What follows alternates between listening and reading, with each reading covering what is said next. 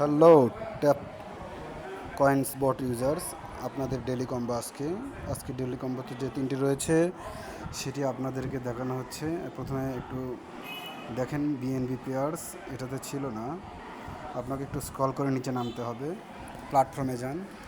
হ্যাঁ, প্ল্যাটফর্ম থেকে BNB সিইএক্সে click করুন। দেখেন, হ্যাঁ, প্রথম কম্বোটি হয়ে গেল। সেকেন্ড কম্বোতে টিমে ক্লিক করুন। আমরা প্ল্যাটফর্মে আরেকটি আছে ইঞ্চি ডিএক্সে ক্লিক করুন।